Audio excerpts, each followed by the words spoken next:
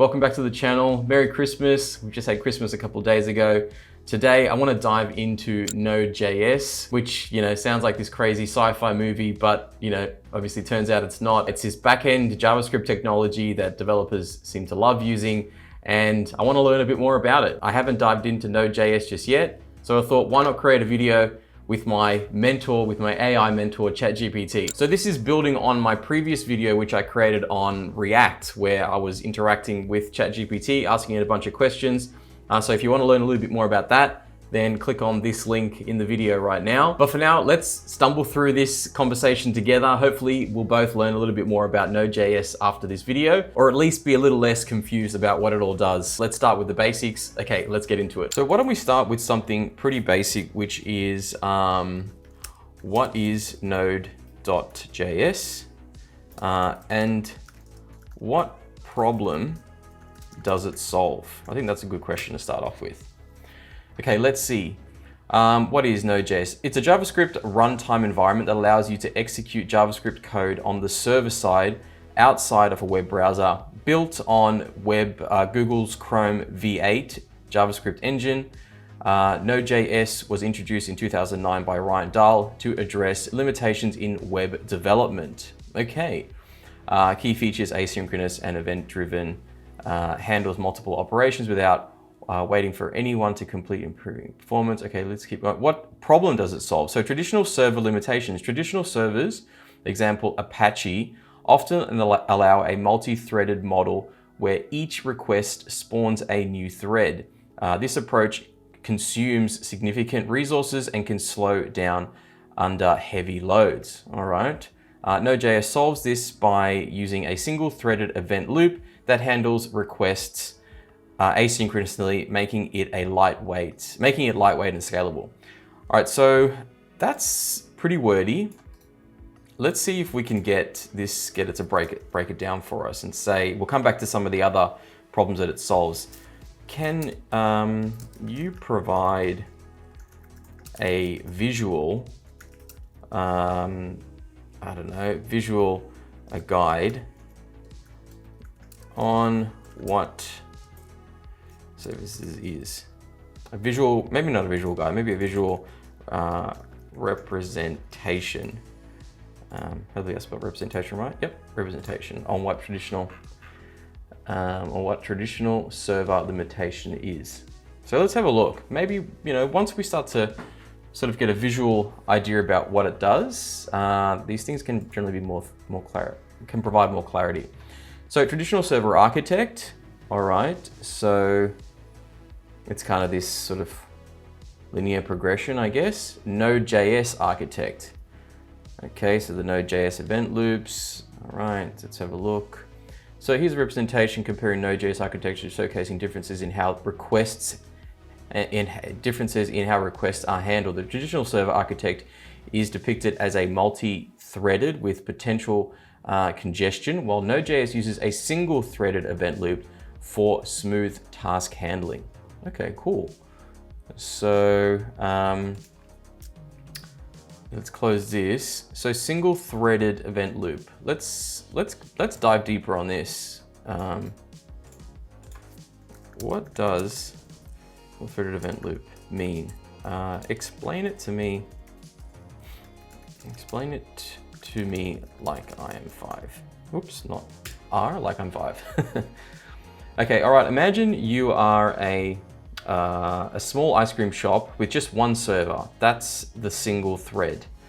Okay, imagine that you're a small ice cream shop with just one server. That's a single thread. The server can only scoop one ice cream cone at a time, but they are very clever. When you ask for a special flavor, it takes time to prepare, like mixing a new batch. The server doesn't just stand there while waiting. Instead, they say, hold on, I'll get back to you. And they quickly take the next person's order, maybe scooping a cone that's ready to go. Okay. When the special flavor is ready, they return to you and finish your order. This way, everyone gets their ice cream as fast as possible and no one is left waiting too long. The event loop is like the server's to-do list. Okay, so it keeps track of who is waiting for what and makes sure to get back to them when their task, like the special flavor, is done. The server never stops working, but they also never get stuck waiting. In Node.js, this clever server single-threaded event loop handles lots of tasks like answering questions, fetching data, or delivering messages efficiently without needing extra workers. Okay, that's pretty interesting. So then obviously in the past, traditional web servers often follow a multi-threaded model where each request spawns a new thread. Okay, so obviously Node.js solves this by using a single threaded event loop that handles requests asynchronously, making it lightweight and scalable.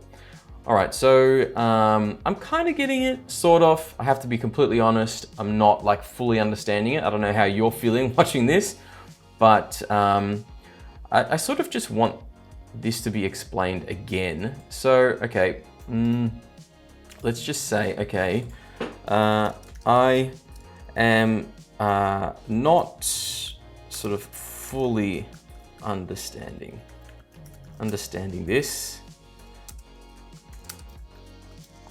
Can you provide some real world examples? Let's see. Now, I apologize if this is something that you've got wrapped your head around. I don't. I really need visual representation. I need examples. I need things to be like broken down for me step by step, brick by brick. Now let's have a look. Sure, let's break down traditional server limitations versus Node.js's approach using real world analogies and examples.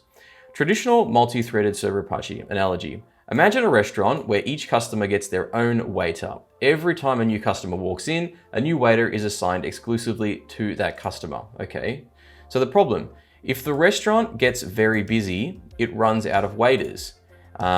Even if one customer is waiting for their food to cook, their waiter is stuck with them and can't serve others. Okay, all right. So this slows down the restaurant and makes it inefficient. So real world example, a traditional web server handles every user request, like loading a web page, by creating a new thread for that request.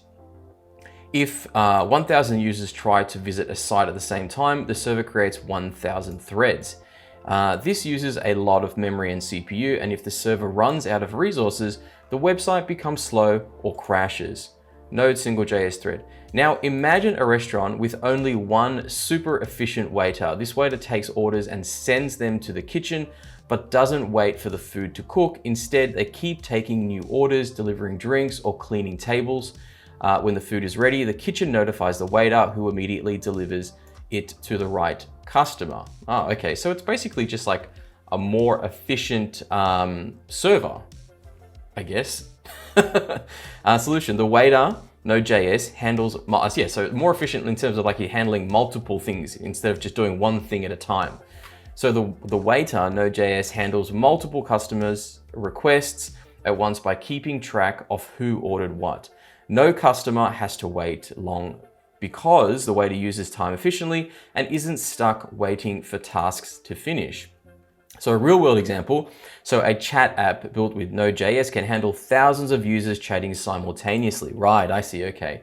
When a user sends a message, Node.js sends it to, so when a user sends a message, Node.js sends it to the server and then moves on to handle other users. When the message is ready to deliver, the server notifies Node.js, which sends it to the recipient instantly. Even with heavy traffic, Node.js doesn't slow down because it doesn't create a separate thread for each user. Right, okay, I see. So practical examples of the difference. An e-commerce website, so traditional server, if 10,000 people try to buy items during a big sale, the server creates 10,000 threads. If resources run out, customers see slow loading times or errors. Node.js, it handles all requests on a single thread using an event loop to manage tasks like updating inventory and processing payments. It avoids running out of resources. Okay, I just need clarification on what it means by thread. Is that like a request? What do you mean by thread? What do you mean by thread? So thread is like a worker inside a computer program that carries out tasks. Okay, think of it as a single path of execution that the program follows to perform operations like handling requests, running calculations, or updating files. Okay, yeah. So I think it's pretty much like in computers, what threads do is execute a sequence of instructions in your code. For example, when you load a web page, fetch data, okay, save a file. Right. Okay, cool, I see. So let's just go back here quickly and see another example. Streaming services. So traditional server, if a user pushes their video, if a user pauses their video, the thread handling the user has to keep running, waiting for them to resume. Let me just read that again. If a user pauses their video, the thread handling that user has to keep running, waiting for them to resume. This wastes resources. With Node.js, when a user pauses, Node.js moves on to handle other users. Okay, when the user resumes, Node.js picks up the task without wasting resources. I see. So food delivery apps, traditional server. This is what a traditional server does with a food delivery app. So each order spawns a separate thread. If many people place orders at once, the server may become overloaded. So with Node.js, it manages all orders on one thread, sending instructions to the kitchen, drivers, and payment systems without waiting for each task to finish. It scales well under heavy demand. Okay, that's interesting. Let's ask ChatGPT now, can you provide a visual representation of this example, right? Of this example. Let's see what it looks like visually so that we can get an even better sort of concrete idea of what it does in the background. It's pretty interesting. It obviously is able to do multiple things, unlike a traditional server. So a Node.js, whoa, this is kind of mixed up. Traditional server architect, okay, workers separately. I don't think that was the best example.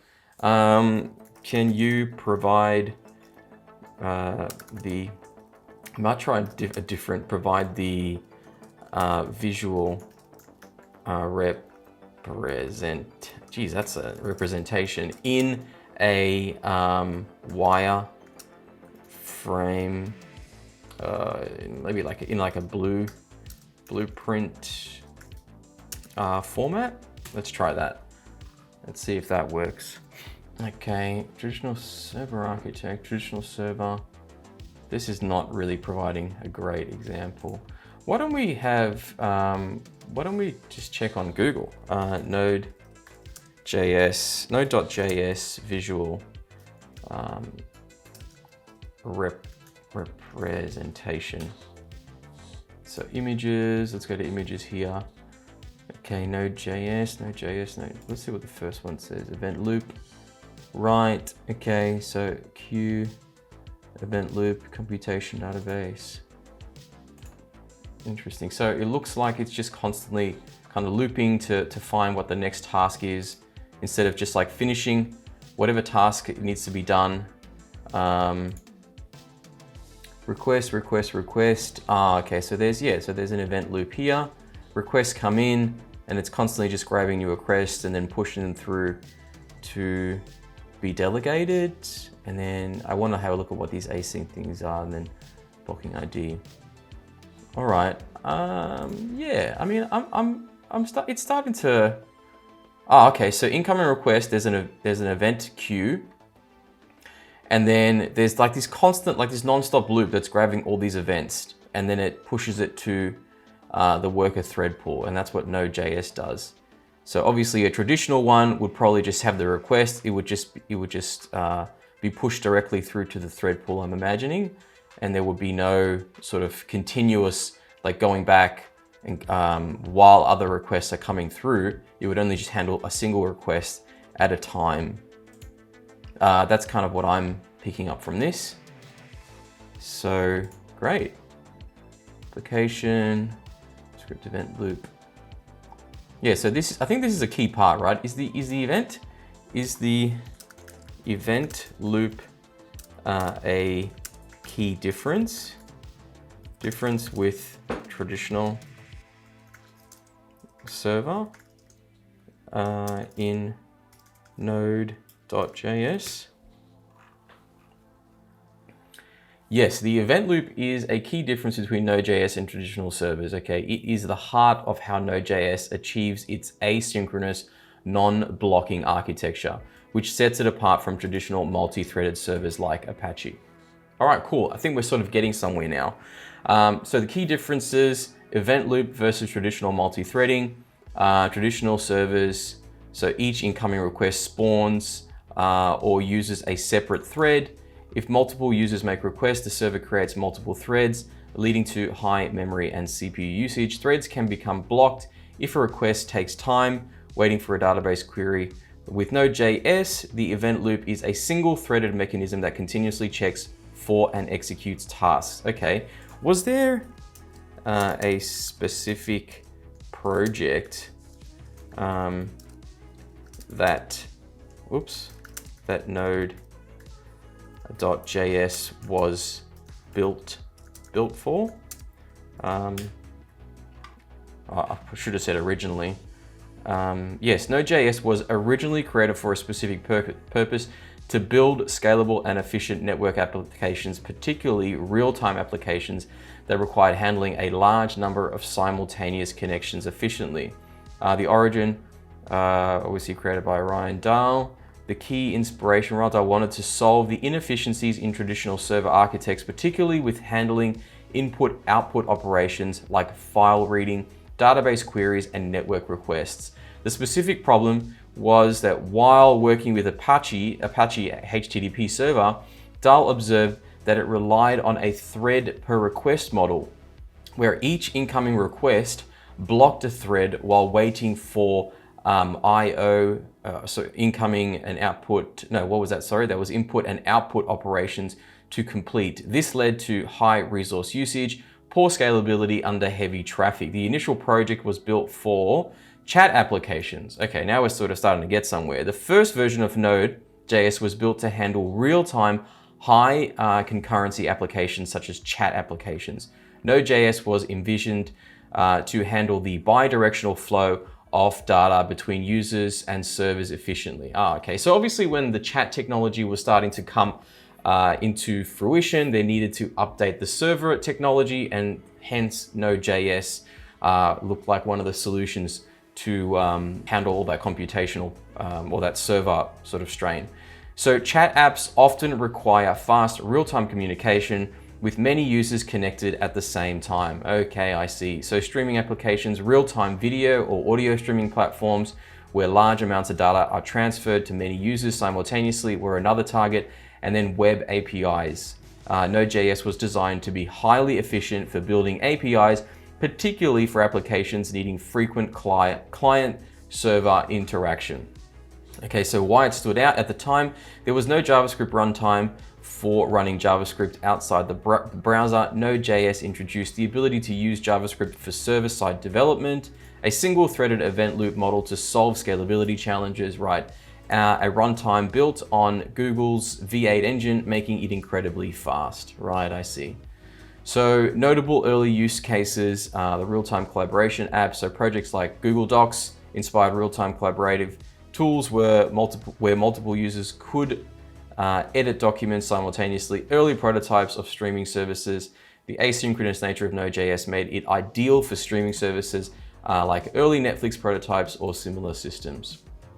Interesting. Okay, cool. So yeah, I feel like it was obviously built for chat applications at the beginning, and then they found all these other programs that it could be extremely handy for, which now we take for granted. Things like Netflix, things like streaming applications, things like chat programs, things that we take for granted now, all obviously taking advantage of Node.js. From its start to broader use, although initially aimed at real-time network applications, developers quickly recognized Node.js's efficiency and adopted it for RESTful APIs, microservices, task runners, Internet of Things applications. Node.js began with a clear focus: real-time scalable applications but its versatility has since made it one of the most popular tools for a wide range of web and server-side applications. So now it's obviously backend. So it obviously uses JavaScript. What makes Node.js different from front-end JavaScript? I think this could be interesting. Node.js and front-end JavaScript both use the JavaScript language, but they are used in different environments and serve distinct purposes. Here's what makes them different. So the environment, front-end JavaScript, it runs in the browser, so Chrome, Firefox, Safari, interacts with the DOM, allowing developers to manipulate HTML and CSS, limited by browser-specific APIs, alert, window, and document APIs. And so Node.js, it runs on the server using Google Chrome's V8 engine outside the browser. It does not have access to the DOM or browser-specific APIs, and it provides server-side APIs, example, file system access, networking, process management, networking and process management. So the purpose, so front-end JavaScript handles the user interface, interactions with responding to things like buttons, displaying animations, validating forms, focused on improving the user's experience in the browser, whereas Node.js handles the server-side logic, such as processing API requests, querying and managing databases, and handling file uploads, so managing authentication and sessions. So basically everything like the sort of non-sexy part of all the stuff you need to do with your website or with your front end. So APIs and libraries, so front-end JavaScript, it accesses browser APIs like document query to manipulate HTML, local storage, fetch. Node.js provides Node.js specific APIs like file systems, read, write files on the server, HTTP, so it creates and manages web services, aware, so it accesses operating system information, and events, it creates and handles events efficiently. All right, cool. Obviously through modules, there's different modules and import export, and Node.js uses the common JS module system by default, require module.exports, and it supports ES6 modules in modern versions. And execution is different as well. Executes in the browser, and here Node.js, it runs on the server and has no such browser interactions. Okay, I see. And it can access the server's file system, network, and other resources directly. So here's some examples, a lot of examples. So front-end JavaScript, obviously accessing the DOM, grabbing the button here, and then with the button, adding an event listener. When it clicks, then there's an alert that's put on the browser, which is button clicked. With the Node.js, so setting up a server, so HTTP require HTTP, the server would equal a http.create server, accepts a request, and res, so the res will write head, content type, text. This is probably a little bit too complicated, but anyway, I guess it's just showing the different things that it can do on the back end in comparison to the front end. So I haven't done a lot of back end programming, so yeah, this is a little bit foreign to me. There's obviously some different methods and different APIs that you can call in the back end in comparison to what you can call in the front end. So obviously that's what makes it a lot different. And so the key differences, so yeah, features, it runs in the browser, this accesses the DOM, yes, with JavaScript it runs on the browser, and Node.js runs on the server. It doesn't access the DOM Node.js. Primary use, it uses interfaces and interactions in more backend, and with APIs, browser-specific APIs, this is server-specific APIs. Okay, so module ES6 modern, and then the common JS EX6 is what the modules of Node.js uses, and then file system access. Node doesn't access any file systems, whereas Node.js accesses file systems. Why the differences matter? Front-end JavaScript is focused on creating interactive web pages, whereas Node.js enables JavaScript to build server-side applications, open the door to full-stack development, where the same language is used on both the client and server side. That's really cool. So why don't we get, I think that we might wrap this video up. I've got a really good idea about Node.js now. I hope you guys do as well. In summary, can you provide the main or the key points of this chat for a well-rounded understanding of what we just learned.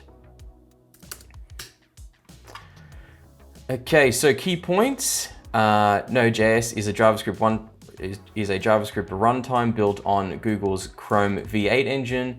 It allows JavaScript to run outside the browser, mainly on servers, and it's designed for building scalable, efficient, and high-performance server-side applications. The problem it solves is that traditional services use a multi-threaded model, whereas Node.js uses a single-threaded event loop, enabling it to handle many requests simultaneously without consuming excess resources. The event loop is the mechanism that allows Node.js to handle multiple tasks asynchronously, and it delegates time-consuming tasks, example database queries, to background workers, and it continues handling new requests while waiting for tasks to complete. This makes Node.js non-blocking and highly scalable. What makes it different? It's obviously, it doesn't run on the browser, whereas front-end JavaScript runs on the browser, this runs on the server. Front-end interacts with the DOM. This handles server-side tasks like API requests, database operations, and file management. And it provides server-specific APIs, example FS, HTTP, and OS.